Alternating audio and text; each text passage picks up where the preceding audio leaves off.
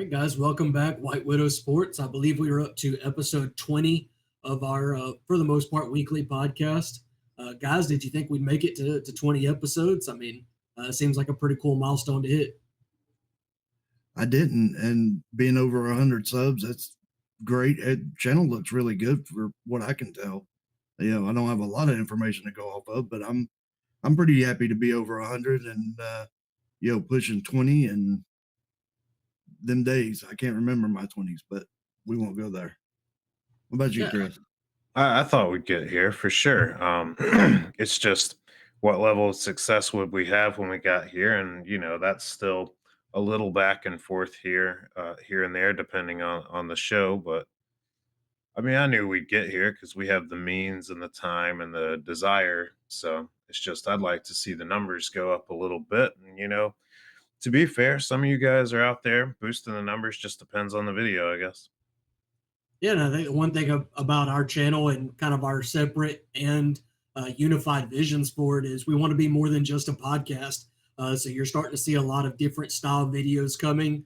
Obviously, Chris has been putting in a lot of work with his best athlete from every college.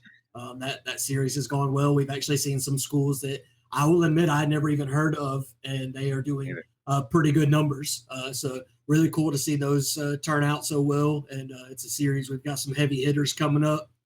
Just to kind of drop ahead, I'll let Chris kind of plug that series a little bit. But Brian and I this morning actually has started working on a new series that you'll see coming out over the next week. Actually, we're doing a preview, kind of an off-season review and 2025 season preview for all 32 NFL teams. We are starting with the AFC West, so you will expect to see some Chiefs and Chargers and Raiders and Broncos content hitting the channel soon. But we're going through all of those teams and got a lot of NFL content that's coming out prior to that season kicking off. But we've got a lot of stuff that's going on too. But Chris, tell us what's coming up in your series. Give somebody for people to get excited about. We're gonna go ahead and throw Alabama and Auburn out there, maybe just together pretty soon. And for that, if you guys have been following along, we've been in the D2, D3, FCS at the best series. But for these bigger schools, we're gonna go ahead and put out the best overall athlete, someone that's the freak of nature in that school's history. Obviously, Michigan, that's not Tom Brady. But then we're going to put out the most notable athlete, and that would be Tom Brady, perhaps.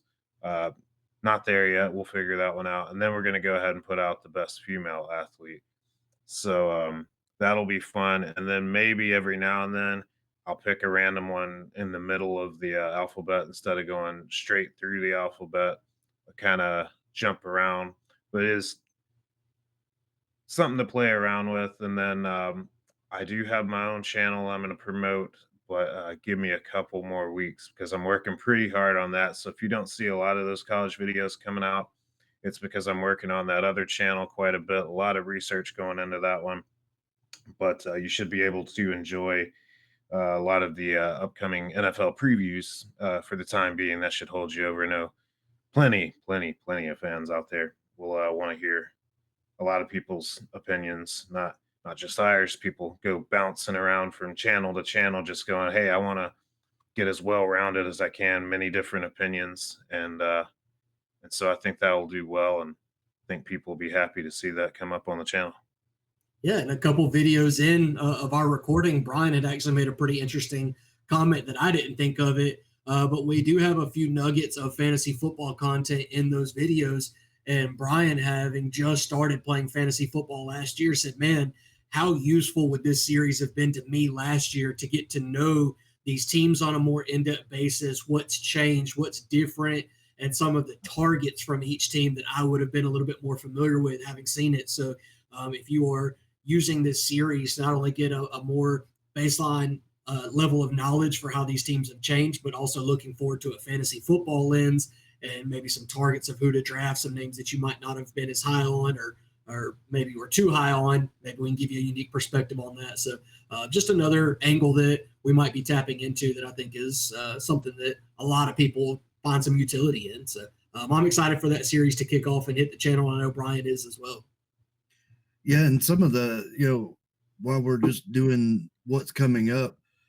We are still currently working on our gaming channel as well. I know a lot of people are excited about the new college football coming out here in the next couple of weeks.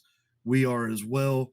So if you want to see, maybe myself and Brad face off, maybe myself and Chris, or Chris and Brad, there's going to be some good content out of that. It may not be as PG as this podcast is, but it's words fly and tempers get heated in football. That's just the way it is. So I'm really looking forward to the gaming, channel, and we're gonna bring in some other aspects. I know we have a lot of NASCAR fans on the channel, and so we're in talks with a guy that plays the what's it iRacing. called? Yeah, the iRacing, and hopefully he'll be posting some content. I've got a couple of different golf games that I play as well. So if you want, we can post some of that, see how I do, maybe stacked up in a tournament or two with either fans or just random people out there. So I'm really looking forward to the gaming channel that's coming out here shortly. Like I said, we're still putting together artwork and making sure that it's the quality that we want from White Widow Sports and anything our name is associated with. So I'm I'm hopeful that will come out in maybe the next month or so. Yeah. But let's get into some sports. Yeah, we got plenty to talk about. A lot has happened over the last week. I know one thing that maybe you guys might not have as much to talk about. Brian, more so than Chris, might be able to tack on, but big news out of the UFC. Longtime champion Jon Jones has announced his retirement from the UFC. Obviously, he was the current heavyweight champion. There was Tom Aspinall was the interim heavyweight champion. A lot of people thought that there was going to be a unification bout between the two. There was a lot of talk about Jon Jones ducking Tom.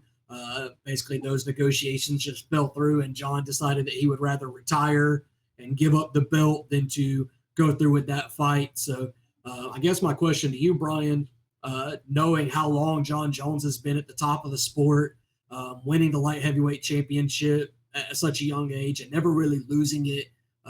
He never lost a fight in the UFC when you think about it. I know one of his very early fights was against a guy named Matt Hamill.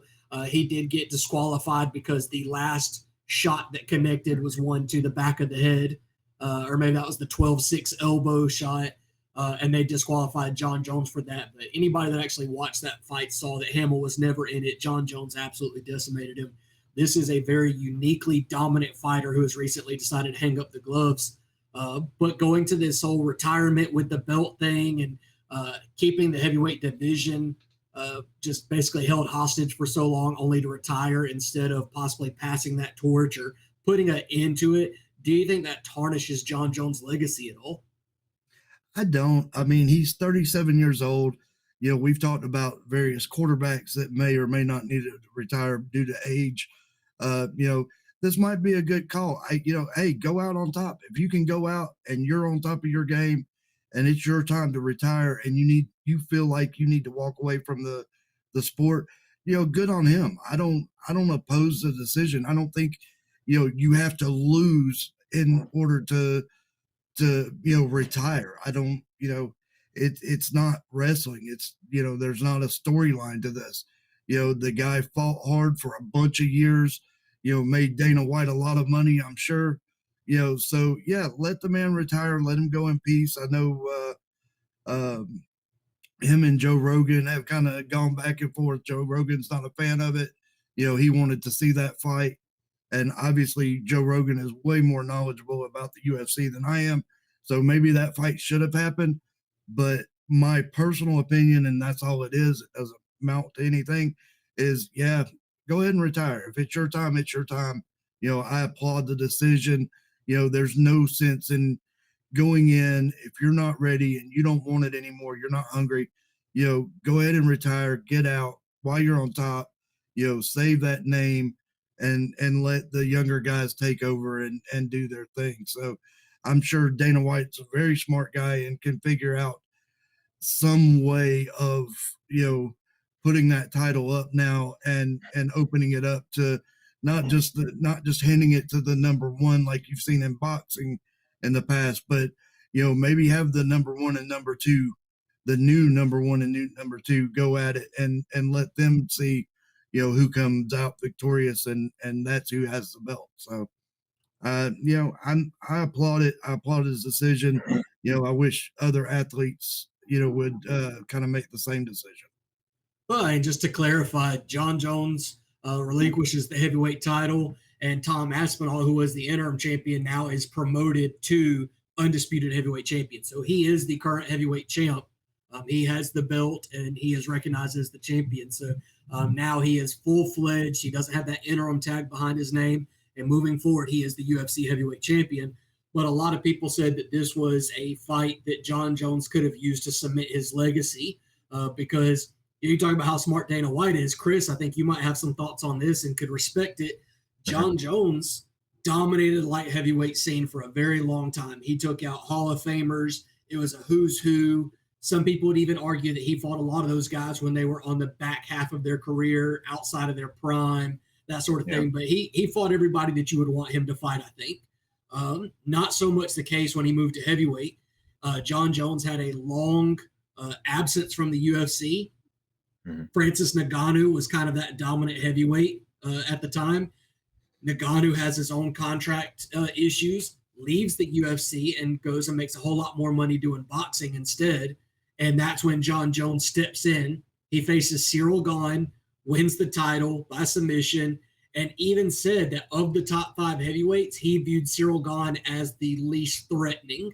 So he basically called his shot on who he thought the worst guy was to fight to become heavyweight champ. Then they said, okay, now you're going to fight Tom Aspinall to unify the belts, right? No, he instead puts Tom Aspinall on the shelf because he used his leverage within the UFC, and he gets a title fight against Stipe Miocic, who was probably the greatest heavyweight champion in the history of the UFC, and long past his prime, has been inactive himself. He comes out, dominates Stipe, declares himself the new heavyweight GOAT, as if this cemented his legacy, and everybody said, hold up. You are not that guy until you fight Tom. And it just kept pushing out. And then all of a sudden he just retires instead. So it almost gave the UFC fans blue balls on a fight that they thought that they were going to get and now aren't going to get. And so now they think that there's a tainting of the legacy because Jon Jones is going to be remembered as ducking the one guy that could have solidified his reign as heavyweight champion. So I guess my question to you, Chris, as an outsider is, do you think Jon Jones played it smart, or do you think this is maybe some questionable tactics by Jon Jones becoming a 2-division champ just for the sake of saying that you did without really earning it the way that you'd expect him to? I mean, a lot of these fighters have big egos and stuff, and rightfully so. And I'm not sure if he's one of them. I'm not, familiar with much outside of just his name, like you guys are. But it wouldn't surprise me at all if he thought I'm going to lose this. Everything I'm going to been saying and spouting is going to be discredited. The smart move might be to retire. Yeah, I think it could be viewed as he thought Aspinall was capable of beating him versus thinking this guy isn't worth being my last fight and you're not going to force me to fight him. What it looks like, which that could be his thinking. I'm not inside the mind of Bones Jones, but it could very well be that he didn't want to go out on his shield.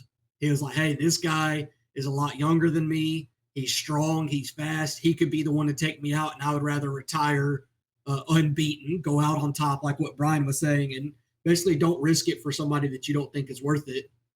So very, very polarizing conversation in the mixed martial arts community. So something that I wanted to touch on. But I think the biggest thing that we have to talk about this week is the NBA Finals. So, Chris, kind of give me some of your thoughts on that. I know we were going into Game 7 during last week's podcast and kind of what we thought was going to happen versus what actually happened. Well, I know that there's an obvious argument here because you guys asked me, like, did I think that the Thunder were still going to win it, which is what I thought in the beginning, and I said yes. And now the question's going to be, do you think the Thunder still win it if Halliburton doesn't get injured? And I also still say yes. there was a blowout in the fourth. It was over at that point. You said like they're pretty much already celebrating their championship and rightfully so, but they're like, well, if Halliburton's there, you're already celebrating. No, I think you're still I still think they have their championship. I just don't think they're celebrating quite as early. Like it's probably a 7 point game instead of a 10 plus or something like that. And there's really no way that I'm ever going to know if I'm right or wrong on that. And that's not the first time in sports history that's been the case. I've seen a few examples in basketball. I'm a college football guy, so a quick one that comes to mind is would Texas have beaten Alabama in the I want to say '09 national championship or somewhere around there if Colt McCoy doesn't get hurt. That's it's kind of a similar situation. Maybe he doesn't. Maybe he doesn't. And maybe Indiana does win this one. You know, these are kind of things that you can ask, but you're never going to have the answer to. Right. And what was crazy is just how hot Tyrese Halliburton was to start that game. We talked about him coming off the injury with the calf strain. And I guess most people probably wouldn't realize it, but the Achilles tear probably came from him playing with that calf strain. Basically, it changes your movements. It takes you out of your comfort zone. You compensate in different ways and things of that nature. And it was probably a direct correlation of they were in the finals. He did not get to rest the way that he would like to. If this was the beginning of the season, he would have been sat for a lot longer to heal up properly. But they had a finals that they were trying to win. He wanted to be out on that court. He comes out, what was he, 3 for 4 with Yeah. 3 made threes, 9 points just right off the bat. Everybody's like, Tyrese came to play. Then that unfortunate injury. It was the third Achilles tear of the postseason, all of which were from players wearing the jersey number 0. So for you conspiracy theorists and statisticians out there, that might not be something that you want to let your kids do is wear number 0 because they probably will tear their Achilles if that's the case. But moving forward, I mean, going into next year, we know this is a very good Thunder team. We expect them to be just as good next year. The draft just happened this past week. Cooper Flag, was the big name going into it. I don't know that enough has really changed the landscape from the NBA draft to really change who we view as being the top teams. But I know one thing, the Pacers are certainly going to be in less contention of repeating finals appearances now that we have this Tyrese Halliburton injury, because if he plays at all next year, he's not going to look the same. I mean, we're looking at 2027, I think, before he's really looking the same after this injury. It's going to impact him a lot. But the only other notable news I think we had in the world of NBA basketball was the trade of Kevin Durant. Now, I've heard a lot of people say that this is a non-move, that we are past the point about, caring about Kevin Durant and where he goes. But Chris, I wanted to get your thoughts on the Kevin Durant trade and what you think it means for the NBA. Well, I guess before we move on from the draft, there was a lot of there was a lot of notable things that happened, but two that sticks out. And I mean, maybe I'm being a homer here, but it really was a great thing. The Hawks went ahead and traded down from pick 13 to pick 23 and got a guy that people view that could have just been picked at 13. They got a first round pick from the Pelicans next year to do this, unprotected pick, which pretty much just means the Pelicans are not expected to do good. And if they fall anywhere between 1 and 13, then you really just won that trade big time. And not only did the Hawks go out and get Asa Newell, he is an Atlanta-born guy. He played at UGA. He wanted to be around there, so his family could watch him play and stuff.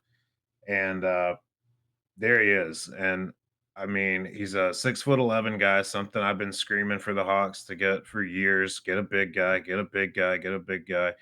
They've gotten a few. Dwight Howard was way past his prime when they got him.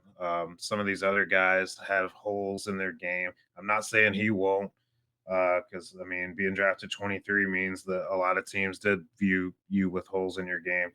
But I think from a hype standpoint, to get a guy in there that went to UGA, that was born in Atlanta, he moved off to Destin, Florida, I think, for some of his youth. But I think that's a good way to start selling jerseys to get people hyped to be like, hey, I just watched this guy play in college, made the NCAA tournament and everything. Didn't do great when he got there, but it's a good move. I think to get a guy that you probably wanted all along, get a first round pick out of it and everything. And then I think I don't know the pay structures, but I'm pretty sure you don't have to pay the 23rd pick as much as you do the 13th. So that is a great thing. Kevin Durant, um, God, he really is just too old to, I think, make a difference on a team. I what was he just on the Suns? The Suns had a decent team. I forget where they finished, maybe around fourth or fifth in the conference, or maybe they didn't even make the playoffs. I'm talking on my ass. I think they did. I would think with what they have, which is good enough, that they did all right. And also in the draft, they got a guy that fell to him in the at pick 10, and he was at one point considered to be a top three talent. So I think that if you're keeping Devin Booker, and that's not a guarantee, um, at least you got one of the hottest young names in the draft, not named Cooper Flag, to go along with. And I think as murky as it looks, the Suns may be onto something here. I think you're going to have to wait a minute to see it pay off, and I don't think Durant's going to actually change the trajectory of what you're trying to achieve, but he could help guide it as a veteran presence. Yeah, I think I all that do have a makes sense. question about, the draft, and, as much as we look forward to the NFL draft every year, and it's a minute between the Super Bowl and the draft day. With the NBA, it seems like they just finished and boom, you're now into a draft. Mhm. Is what y'all's opinion on, is that too quick? Do teams have time to evaluate, what they really need, you know, via a draft versus via the, what they saw in the season, postseason, so on and so forth? It just seems like it was like a couple of days and boom, you're in a draft. I just kind of wanted to get y'all's opinion on it. Go Hmm. ahead, Chris. Well, I was trying to do some math there. The most college football players are done around the beginning of December. Well, actually, most are done at the end of November, and then you've got your draft 4 months later, 5 months later. This Most guys were done before March, unless you made the tournament. So it's still several months since any of these college basketball players actually played anything at all. I know there's a few people that chose not to go the college route. They played semi-pro or actual pro, smaller ball in another country just to get that year between high school or whatever, make a little money. Those guys are still playing, but I think the distance there is not so bad at all, considering because it's not. Sure. The finals just ended, and then you just had your draft. The guys in the finals and playing in that are not the ones that were just drafted. So I think that as far as putting some separation between you and your college game, that's plenty of time. Yeah, but it seems like there was no buildup. I guess like the NFL makes a big spectacle of draft day, and obviously the first day on that Thursday is a huge day, and then into Friday with the second round. Um, it just doesn't seem like there's as much build or lead up, and maybe it's not as important in basketball as it is in the NFL. Maybe it is. I'm not sure. From And somebody who doesn't follow NBA, it just seems like, okay, you're on the draft. It wasn't really. I did see some stuff on TV. I know it. I want to say that first round was televised, but mhm. of course, I didn't watch any of it. But I don't know. It just seems like there's no like super big build up to it, like you see in NFL. Yeah, well, I think another difference is that if you're drafted in the second round, no one notable's usually coming out of there, but once every 3 years. I think Jokic came out in the second round, so that's a huge outlier. I Obviously, think, Bronny James. I'm sure in his own mind, or no, he doesn't. Sure in his father's mind. Uh, but I guess where the big difference or a fair comparison that I could say there is that you would in the NBA draft, you would have to assume you would almost view the first 5 picks as the first round, the real first round, if you compared it to the NFL. Then you might view the later first round as rounds 3 through 5 in the NFL, and then the second's pretty much the seventh round because there's just the best of the best, and they're going 1 through 5. There's some under the radar guys, they're going the rest of the first round, and then there's just guys that might not even make the team that go in the second. So the second's almost a throwaway in the NBA. So you kind of know what you want out of those first 5 to 10 picks in the NBA, and past that, you really have to find a diamond in the rough. And with 7 rounds and a lot more positions and a lot more players in the NFL, I guess there's just a lot more room to say, God, you guys got a great running back to add depth in the fifth. You're not going to say, man, you guys got a great forward to add depth in the end of the second because that guy may not even make a team in the NBA terms. Yep. Yeah, I mean, I sent a picture to Chris yesterday, I think it was, that said, imagine if the NFL draft was done a week after the Super Bowl and 80% of the players drafted were bust. That's the NBA draft every year.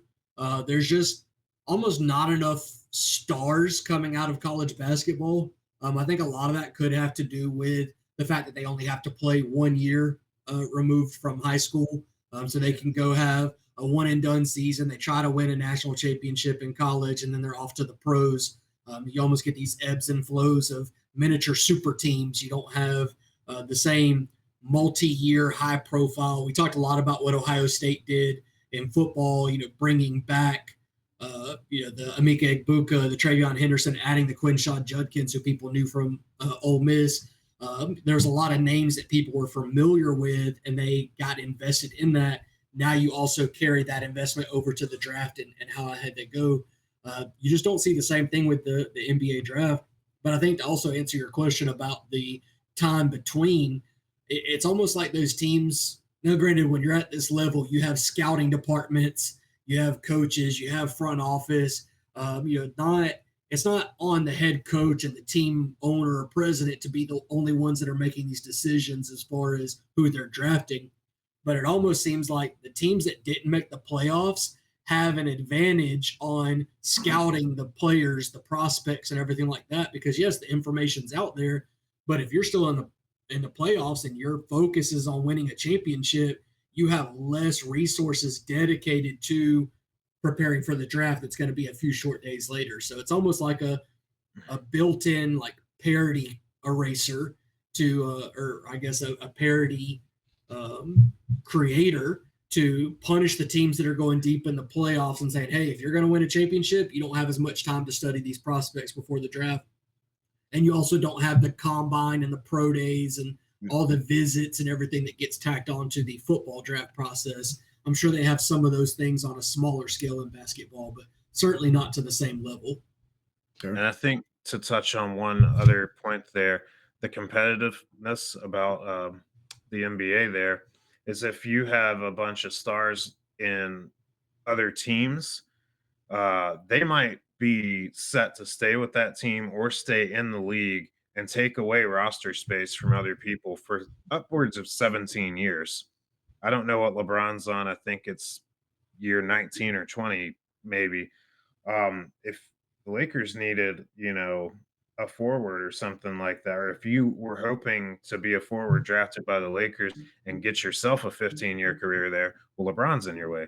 Or, you know, there's just if someone comes in, secures their spot, that spot's going to be secured for a long time, and there's only so many teams. So if you're coming in, you need to make a splash. You need to take over a guy that's barely trying to hang on and knock him right off. But if you get a bunch of talent and a bunch of great stars, then the opportunities that you have to succeed there are not great. Even and to compare that to the NFL, even if you're a running back being drafted to the Eagles, um, you got to assume that at some point a running back's going to hurt his leg in any given season. If a running back goes through a whole season, doesn't miss a couple of games, it's an outlier. So the opportunities there in the NFL, and I think in the NBA sometimes, if you've had a guy like LeBron or Kevin Durant, who's older than me, that has just taken up a roster space for 2 decades, then your opportunity might not be there on any given year. You kind of need to time it, which you can't do. You can Right, only be your right, for age. sure. Which I don't know if we really had much else to talk about as far as basketball goes. I do know we've got another national championship to talk about, but before we get to them, Brian, there was a travelers tournament in golf that happened, and a pretty notable collapse happened. So why don't you talk about that for a minute? Yeah. So Tommy Fleetwood hasn't won on the PGA tournament tour. I don't think ever. He's a great golfer. He's won around the world. He's always consistently at the top. But on Sunday, he came in with the lead. He led most of the day, and then it's like the last few holes, he kind of just, I guess, got into his head and just kind of faltered just a bit and ended up dropping a couple of strokes and ended up losing again. So I believe he came in second, which is unfortunate. I really wanted to see Fleetwood win. I like him. He's a super, super nice guy. He came out of the UK. Like I said, great golfer. Just a shame to see him kind of to falter a little bit and drop out. And I think you'll probably see him on the Ryder Cup team and things of that nature, where it's kind of U.S. versus UK. It's a lot of fun. Um, Good for golf, I think, in all aspects. But like I said, it was tough to see him falter, almost like Bryson DeChambeau in the Masters, where he came in, he had all the hype, and then just kind of that last day just got him. And that happens in golf. You can be really good for 3 days and then not have a good day on Sunday, and it costs you the tournament. It's no different. From when I go out and play, I could have two really good holes, and then that next one is just a blow up hole. It's almost like you're waiting for it to happen. You know it's going to happen. You just don't know. Similar in NASCAR when they race at Talladega, anybody that's a fan of NASCAR knows that there's a big one, a big wreck, and it's called the big one, and it ends up taking out, a quarter to a half the field. This is no different. So you have those blow up holes, and that's kind of what happened to Fleetwood, and it's kind of a shame to see it drop like that. But we want to wish him the best. There's still a lot of tournaments in the year. I'm sure he's gonna bounce back from this. He's probably beating himself up, and then he's probably over it by Thursday this past week. So, um, that's just it. NASCAR, we don't. I'm gonna move quickly into NASCAR. We didn't have a whole lot going on. I think they raced at Pocono. I'm not a big fan of that racetrack. It's just very slow paced, not a lot of wrecks. It's just them going around in circles. I do know they're in Atlanta this week.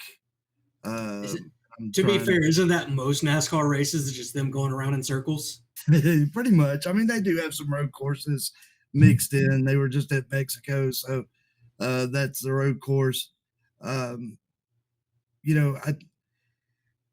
Right now, Kyle Larson's leading points. Denny Hamlin's in a close second. Again, it really doesn't matter until you get like towards the end of the NASCAR season. And the NASCAR season's kind of like the golf season. It's a long, they're week by week, but it's a long season. It's not like football where it kind of start by the time it starts, then it seems like it's ending. So to our NASCAR fans, if y'all'd like to throw in some comments and maybe give us some updates and something that we may have missed, obviously we're always welcome to comments, good or bad. Kind of keeps us on our toes and in our game. So That's kind of all I've got from NASCAR or golf. Speaking of Fleetwood, happy birthday to Mick Fleetwood.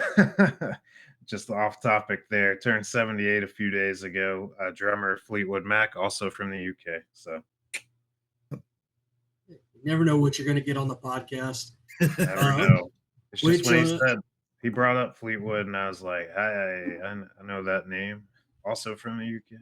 Anyway. Another name that I think everybody, certainly on this podcast, but probably everybody watching as well, Ron, I noticed that you've got a new addition to your backdrop there. What Yes. you got it set on your desk?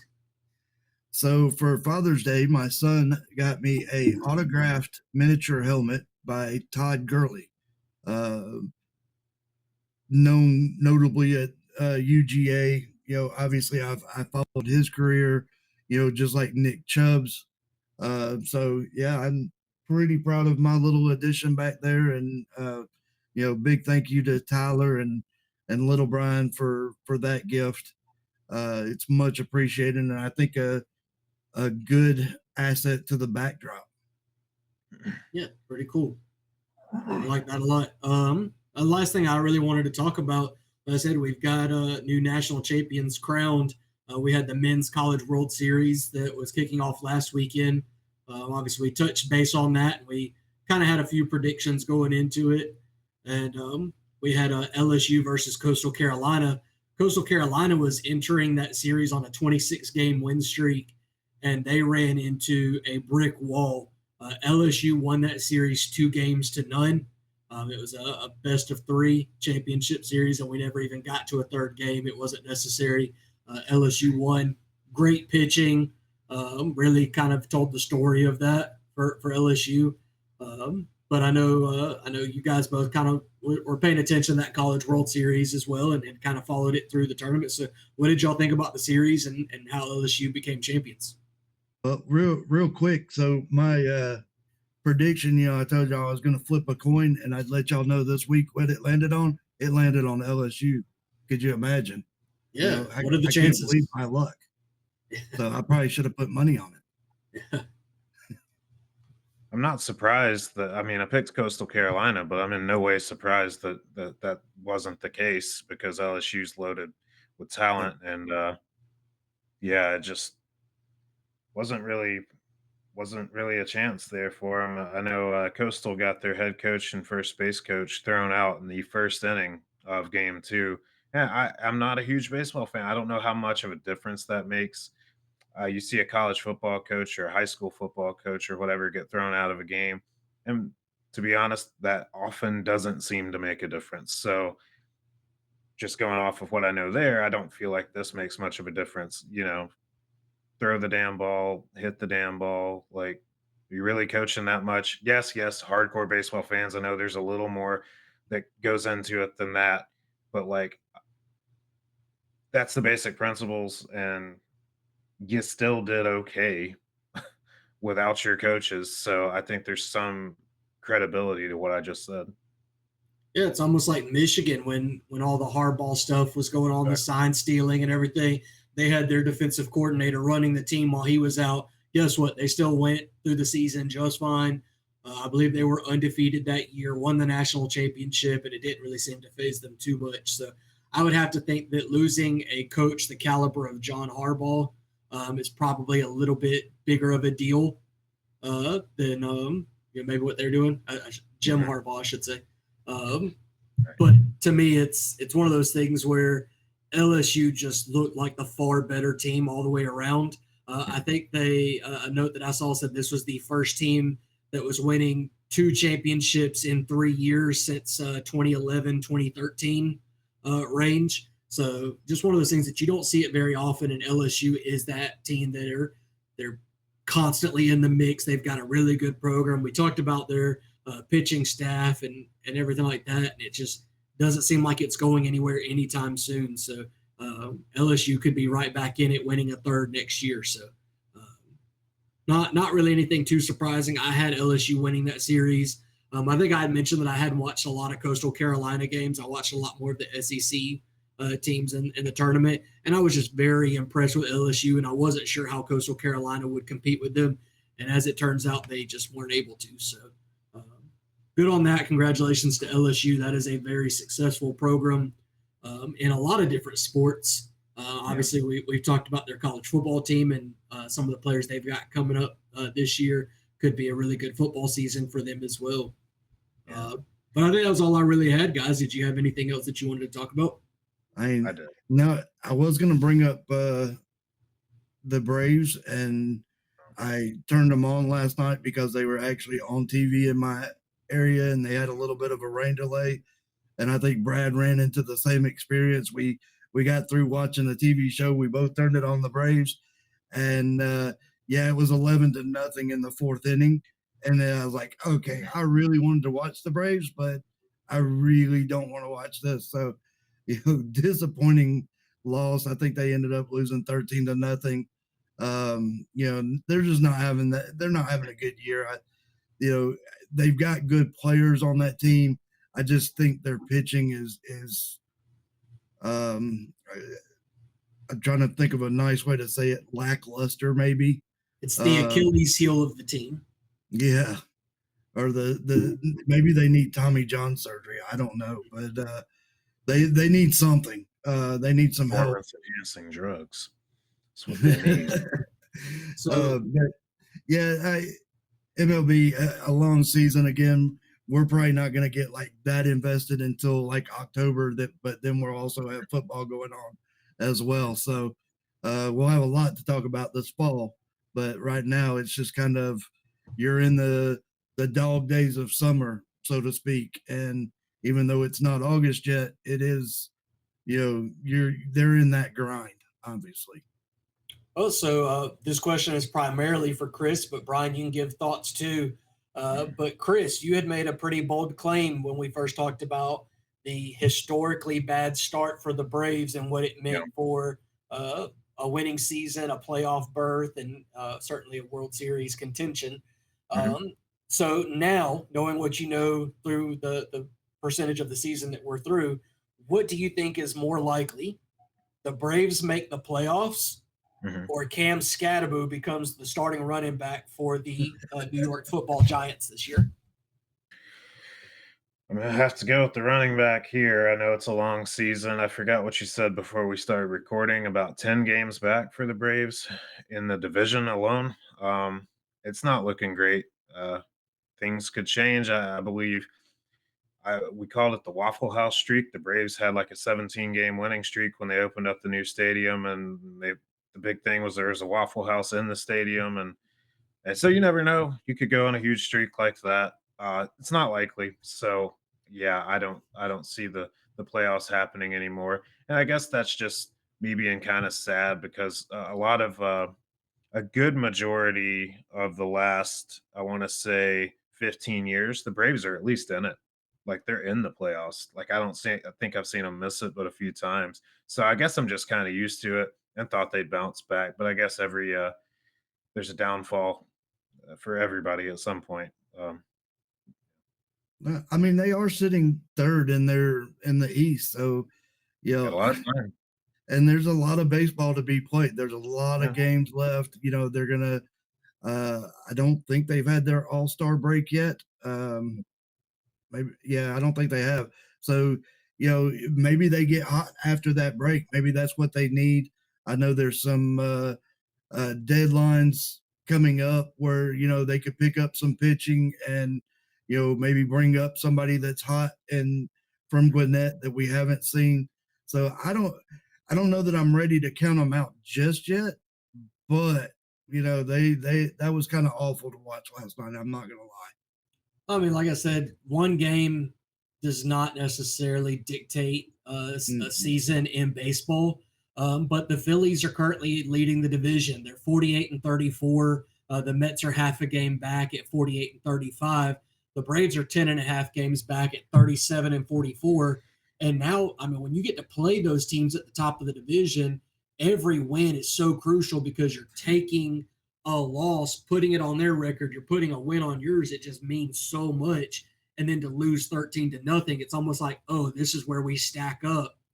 I mean, it's just, you look at the Marlins are 12 games back and the Nationals are 14 games back. yeah, we're sitting third in the division, but we're a lot closer to those bottom two teams than we are the top two teams. It really looks like a two-horse race between the Phillies and Mets right now, and it's going to take some mountains being moved for the Braves to get up with those top two teams. We're going to have to see some collapses, some Fleetwood level collapses There you go.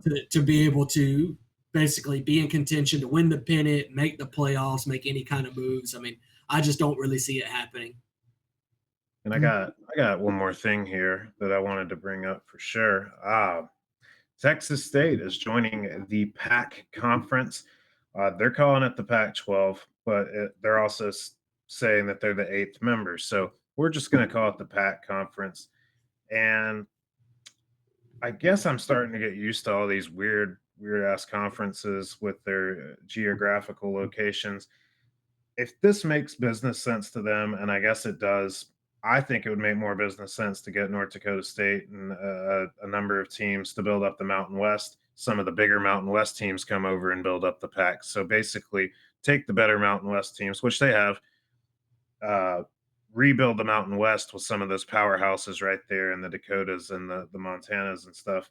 I know there's a lot of logistics, and I definitely studied some of those things in college, so it's really not that easy. But if this makes sense for the Pac-12, as they're still calling themselves for some reason, then good on you. My only criticism is please just change the P in that from Pacific to something else. And while you're at it, ACC, go ahead and change Atlantic to something else if you're going to have Cal and Stanford in your conference. Good job at trying to survive, though, Pac-12, when it looks like you were just going to fold. Yeah, they are staying alive, if nothing else. If nothing else.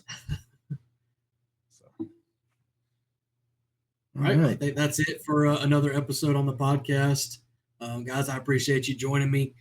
Got a lot of cool content coming on the channel soon. So obviously we appreciate anybody watching the podcast. Certainly if you made it to this point, but definitely be on the lookout. Subscribe if you haven't, because we've got a lot of cool stuff coming out that I think that you'll like, especially our football fans. But we're always looking for new types of content that we can put out. Anything that you guys want, feel free. Send us a message on Facebook. We're on all of our socials. Drop a comment on the YouTube video. Let us know something that we don't talk about enough, or something that you'd like us to see in a certain video format. We're definitely open to suggestions. We're not above that at all. But appreciate you guys for joining me again for another episode of the podcast. Thank you to everybody that's watched, liked, and subscribed. Keep them coming. Yeah, one more thing before we get out of here. We still have some open spots in our fantasy league. So if you want to join that and go up against the three of us, reach out to one of us again on any social platform, and we'll get you signed up.